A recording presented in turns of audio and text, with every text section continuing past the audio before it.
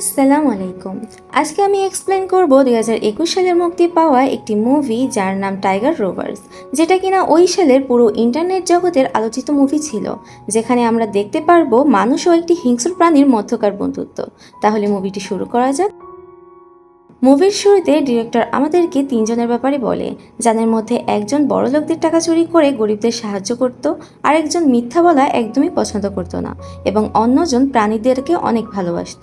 তারা তিনজন ইয়ন পেট সার্চ নামের একটি দোকান খুলে, যেখানে তাদের কাজ হলো হারিয়ে যাওয়া সকল প্রাণীদেরকে খুঁজে বের করে তাদের মালিকদের কাছে পৌঁছে দেওয়া। এরপর সিন শিফট হলে আমরা অলিভিয়া নামের একজন মেয়েকে দেখতে পাই, যে কিনা একজন সাধুর কাছে বসে নিজের সমস্যাগুলো বলতে থাকে, যে তার 5 বছরের মেয়ে হারিয়ে গেছে যার নাম নানা।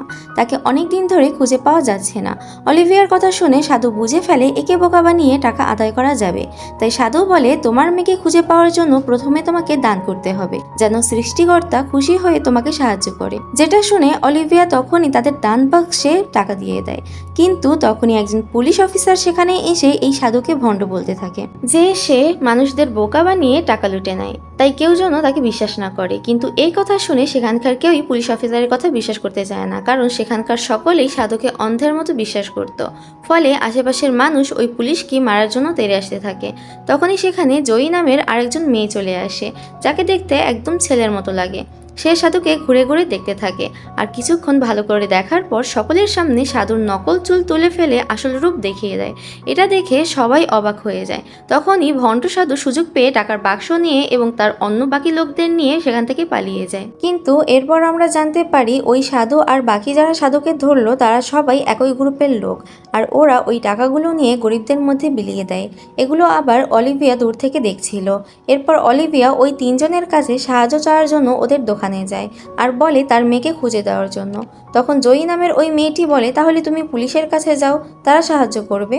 কিন্তু তখন অলিভিয়া বলে, আমি পুলিশের কাছে যেতে পারবো না, কারণ নানা নামের যে 5 বছরের মেয়ে হারিয়ে গেছে সে আসলে একটি পোষা বাঘ। তখন অলিভিয়া নানার একটি ছবি দেখায়। জয়ী জিজ্ঞাসা করে, তুমি নানাকে কোথা থেকে পেয়েছো? তখন অলিভিয়ার অতীত থেকে আমরা জানতে পারি অলিভিয়া একটি চিড়িয়াখানায় কাজ করত। তখন সেখানে একটি মা বাঘ একটি বাচ্চার জন্ম দেয়, কিন্তু বাচ্চাটি মরা বের হয়, যেটা দেখে মা বাঘটি অনেক কষ্ট পায় এবং অলিভিয়ার দিকে তাকায়। অলিভিয়ার চোখে পানি দেখে দুঃখে কষ্টে মা বাঘটি তখনই মারা যায়। এরপর সবাই বাঘ দুটিকে দাফন করার জন্য আসে, কিন্তু তখনই অলিভিয়ার মনে হয় বাচ্চাটি যেন লেজ নাড়াচ্ছে।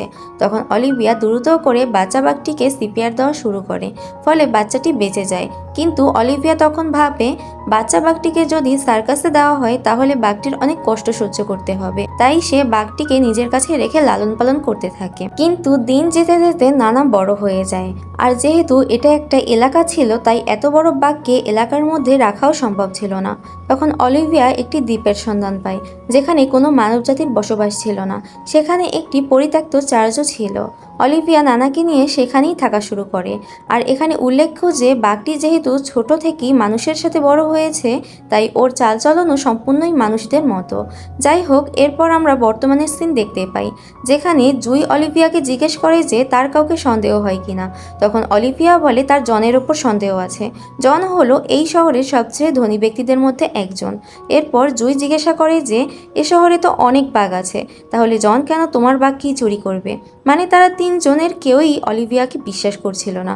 এটা দেখে অলিভিয়া তখন রাগ হয়ে সেখান থেকে চলে যায়। এরপর রাতে তাদের দোকানে অলিভিয়া আবারও আসে বৃষ্টিতে ভিজতে ভিজতে। অলিভিয়ার সাথে করে তার সকল জমানো টাকা আর 2টি শ্যাম্পেনের বোতল নিয়ে এসেছিল। তাদের সামনে সকল টাকা ফেলে সে শ্যাম্পেনের বোতল খুলে গ্লাসে ঢেলে খাওয়া শুরু করে, যার কারণে সে অতিরিক্ত পরিমাণে মাতলামি শুরু করে। ফলে ওরা তিনজন বাধ্য হয়ে টাকা ছাড়াই অলিভিয়াকে সাহায্য করতে রাজি হয়ে যায়।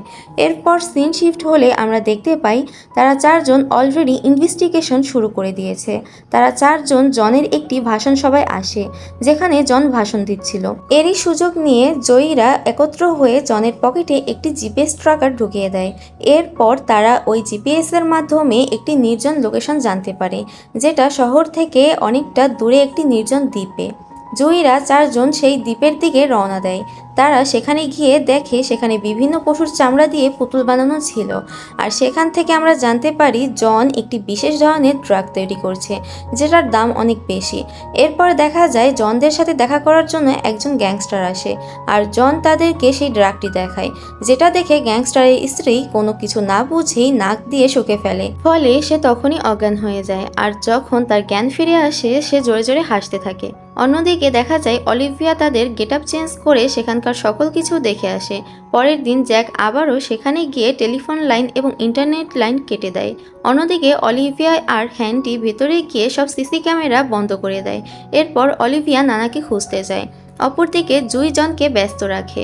আর এই দিকে দেখা যায় জনের আস্তানায় মোট ৮ জন লোক রয়েছে, আর তাদের হেড হচ্ছে বাটলার। তারা এটাও জানতে পারে যে তাদের খাবারের টাইম হলো দুপুর 12টা থেকে 12:30 পর্যন্ত। এই টাইমে সকল লোক ব্যস্ত থাকবে, মানে এরই মধ্যে যা করার করতে হবে। যাই হোক, এরপর তারা ওই আস্তানায় গোপন দরজা খোলার একটি প্ল্যান বের করে। দরজা খোলার জন্য একটি চুম্বকীয় চাবির দরকার, যেটা বাটলার তার সিন্দুকের ভিতরে রাখতো। আর সেটা পেতে হলে সে আস্তানায় তাদের নিজস্ব কোনো লোকের কিছুদিন থাকতে হবে।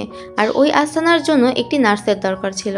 তাই অলিভিয়া পরের দিন দুপুর 12টার সময় সেখানে ইন্টারভিউ দিতে যায়।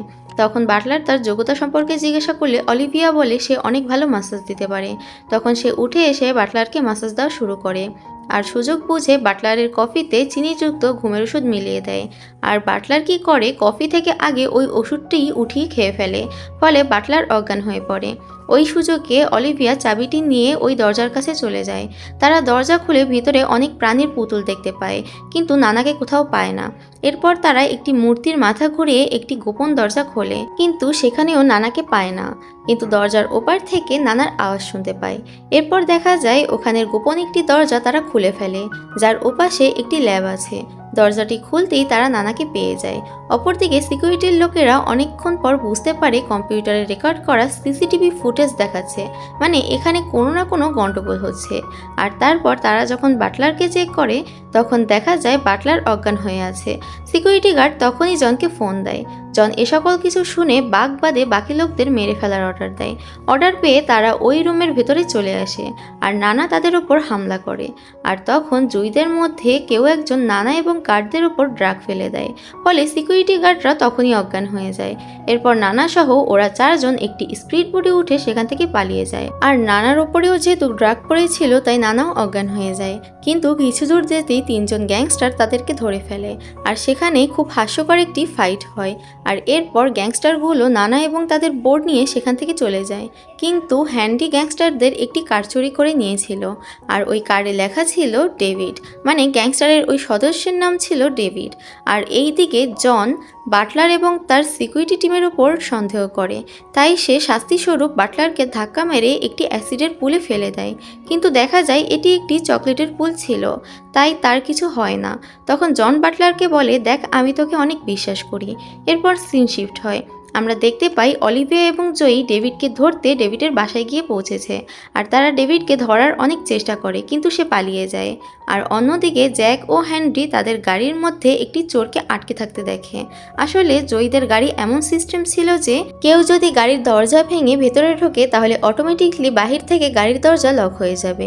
তো এইভাবে তারা ওই চোরটিকে পায়, এবং চোরটি 4 দিন গাড়ির মধ্যে আটকে ছিল এবং কুকুরের খাদ্য খেয়ে বেঁচেছিল। যাই হোক, তারা চোরটিকে ধরে তাদের বাসায় এনে বেঁধে রাখে। তখন অলিভিয়া বাসায় আসে আর চোরটিকে দেখে বলে এটি ডেভিডের ভাই।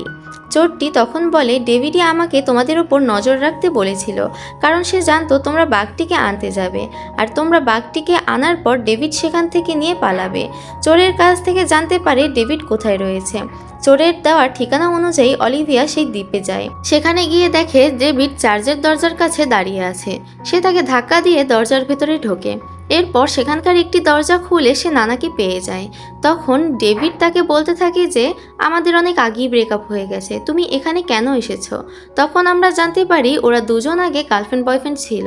আরও জানতে পারি যে ডেভিডই সেই লোক যে কিনা নানাকে জনের কাছে বিক্রি করে দেয়, কারণ তার উপর 2 মিলিয়ন টাকার লোন ছিল।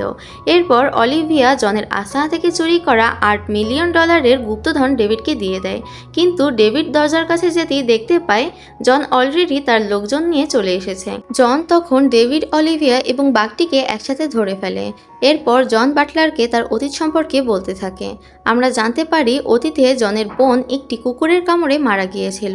তখন সে ওই কুকুরটিকে প্রথমবার পুতুল বানায়, আর সে চেয়েছিল এই বাঘটিকেও পুতুল বানিয়ে রাখতে, আর তাছাড়া একটি ড্রাগ বানাতেও এই বাঘটিকে দরকার ছিল। তো যাই হোক, জন যখন একটি ড্রাগ দিয়ে অলিভিয়া এবং ডেভিডকে মারতে যাচ্ছিল, ঠিক তখনই জয়ী চলে আসে। সে তখন জনকে একটি চ্যালেঞ্জ দেয় যে জন নানাকে একটি লকারে আটকে রাখবে আর জয়ী তাকে চুরি করে আনবে। যদি জয়ী জিতে যায় তাহলে সে নানাকে ছেড়ে দেবে, আর না হলে জয়ীও মারা পড়বে। এভাবে সে অলিভিয়া এবং ডেভিডকে ছাড়িয়ে আনে। জয়ী অলিভিয়াকে বাঁচানোর পর বলে যে সে কেন মিথ্যা বলা পছন্দ করে না। তখন আমাদেরকে জয়ের অতীত দেখানো হয়। তার একদিন কিছু এক্সট্রা টাকার দরকার ছিল, তাই সে তার মাকে কল দিয়ে মিথ্যা বলে যে সে কিডন্যাপ হয়ে গেছে, তাকে ছাড়ানোর জন্য টাকার দরকার। আর তার মা তাকে ছাড়ানোর জন্য টাকা নিয়ে পাগলের মতো রাস্তা থেকে আসার সময় ট্রাকের সাথে ধাক্কা লেগে মারা যায়। যাই হোক, এরপর জন জুইকে ইনভাইট করে। সেখানে গিয়ে জুই দেখতে পায় রুমের চারপাশে 8টি গার্ড রয়েছে, 6টি ক্যামেরা রয়েছে, আর এর সাথে 12 জন স্টাফ মেম্বারও থাকবে এবং সাথে প্যানিক বাটনও থাকবে, যেটা রয়েছে ম্যানেজারের টেবিলের নিচে। পরের দিনই ছিল চুরি করার ডেট, কিন্তু জুই জনকে বলে একদিন পিছিয়ে নেয়। যাই হোক, পরের দিন তারা তাদের প্ল্যান মোতাবেক কাজ করার জন্য ভেতরে যায়। শুধুমাত্র অলিভিয়াই বাহিরে গাড়ির ভেতরে বসেছিল। এরপর সিন শিফট হলে আমরা দেখতে পাই জ্যাক এক ধরনের নরম আটা প্রতিটি ক্যামেরায় বন্দুকের মাধ্যমে লাগিয়ে দিচ্ছিল, আর অন্যদিকে জয়ী ততক্ষণে টেবিলের নিচ থেকে ওই বাটনটি বের করে ফেলে। এরপর তারা গিয়ে লকারটি খুলে ফেলে, কিন্তু তারা বুঝতে পারে ভেতরে রাখা বাক্সটি আসলে একটি হলোগ্রাম। আসল বাঘকে অন্য কোথাও লুকিয়ে রাখা হয়েছে। এরপর ওই বিল্ডিং এর ভেতরে আমরা বাটলারকে একটি ট্রাক নিয়ে আসতে দেখি। অন্যদিকে অলিভিয়া যে গাড়ির ভেতরে ছিল সেখানে জন গিয়ে পেছন থেকে তার মাথায় বন্দুক ধরে। এরপর দেখা যায় ওই ট্রাকই ছিল নানা, যাকে চুরি করার জন্য জয়ীরা ঢুকে পড়ে। কিন্তু সামনে ছিল জনের গার্ডগুলো। তারা খুব সহজেই ওই গার্ডগুলোকে হারিয়ে দেয়। আর এরপর আমরা সিনেমার প্রথমেই যে পুলিশকে দেখেছিলাম সে এসে বাটলারকে অজ্ঞান করে দেয় এবং ট্রাকটিকে নিয়ে পাশের ব্যাংকের মধ্যে ঢুকিয়ে দেয়, আর সকল সিকিউরিটি গার্ডকে ধাক্কা দিয়ে ব্যাংকের মধ্যে পাঠিয়ে দেয়, যার ফলে ব্যাংকের ভেতরের লোকেরা ভাবে এরা সবাই চোর। আর সেখানেই দেখা যায় এই সিনেমার সবথেকে ফানি মারামারি।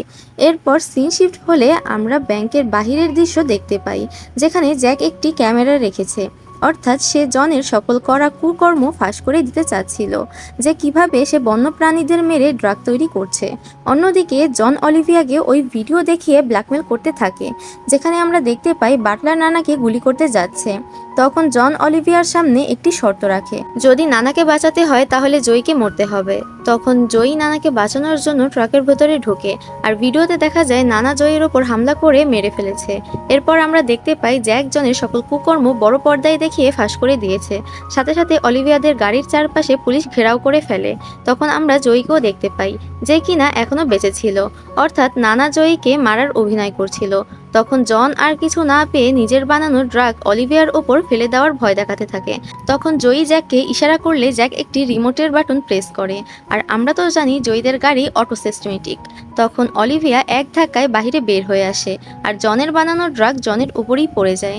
অন্যদিকে দেখা যায় বাটলার ট্রাকের দরজা খুলে দিয়েছে, যার ফলে নানা বাহিরে বের হয়ে আসে এবং শহরে এত মানুষ দেখে নিজেই ভয় পেয়ে যায়, আর একটি উঁচু বিল্ডিং এর ছাদে চলে আসে, আর তার পেছন পেছন পুলিশও চলে আসে।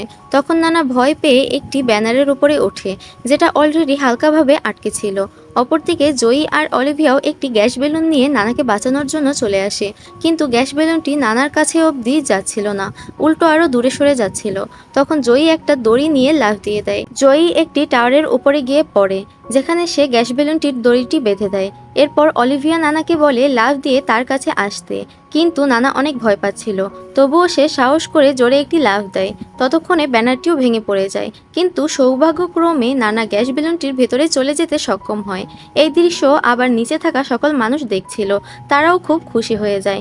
এরপর নানা ও অলিভিয়া জয়ীকে বিদায় জানায়, যে সিনটি খুবই ইমোশনাল ছিল।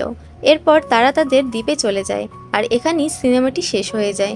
মুভিটি আপনাদের কাছে কেমন লেগেছে তা কমেন্টে জানাতে ভুলবেন না। ভালো লাগলে অবশ্যই একটি লাইক দিয়ে দেবেন, আর আমার চ্যানেলে নতুন হলে অবশ্যই সাবস্ক্রাইব করে পাশে থাকা বেল আইকনের অলে সেট করে রাখবেন, যাতে এরপর নতুন কোনো ভিডিও আপলোড করলে তার প্রথম নোটিফিকেশনটা আপনাদের কাছে পৌঁছে যায়। আজকের জন্য এ পর্যন্তই, দেখা হবে নেক্সট ভিডিওতে। আল্লাহ হাফিজ।